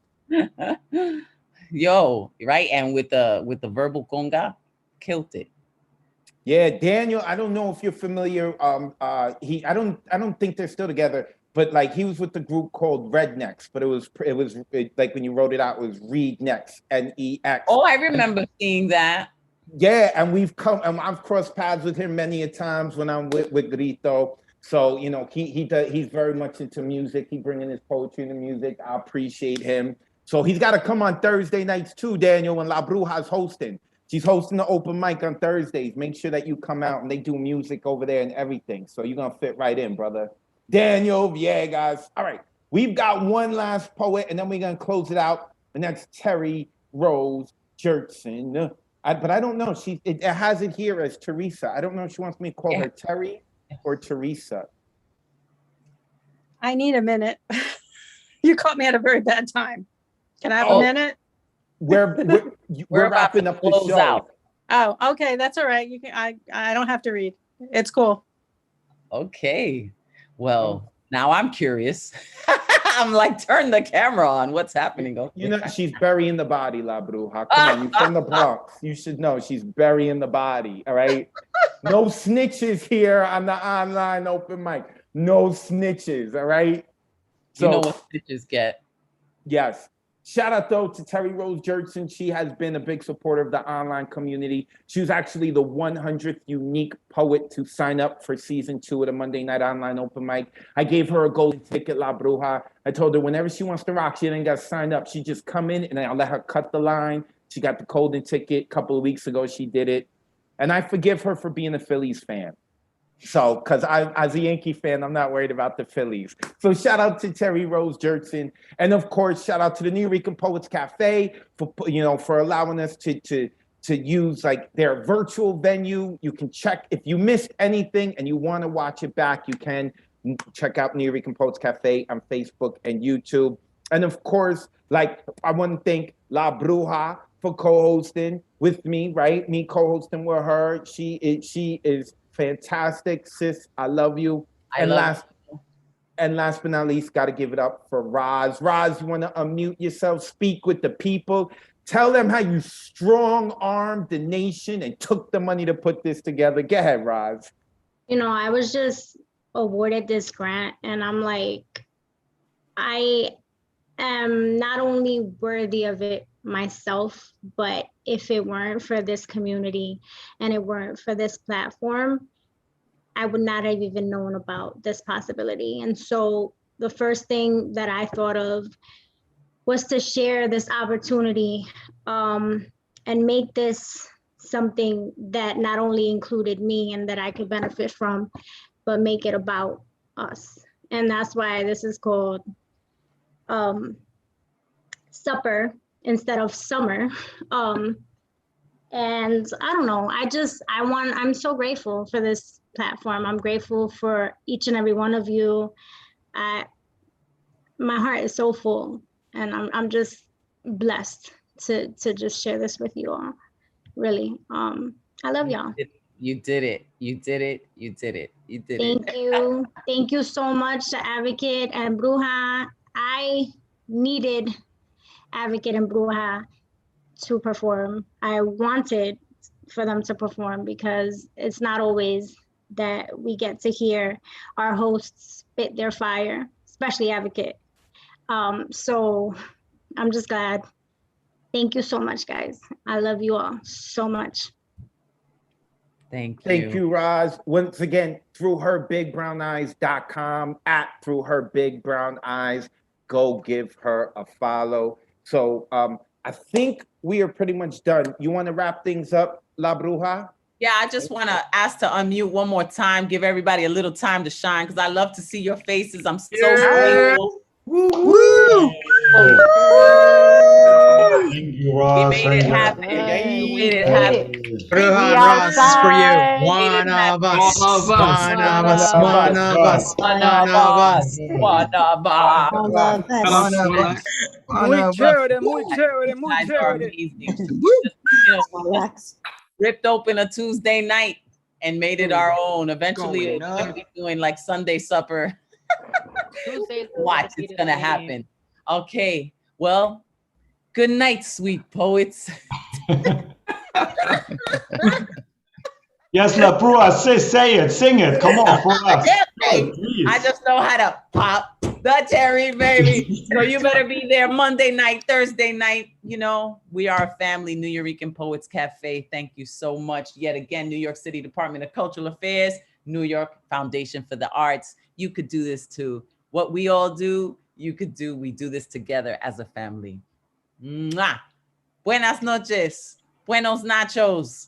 Buenas noches.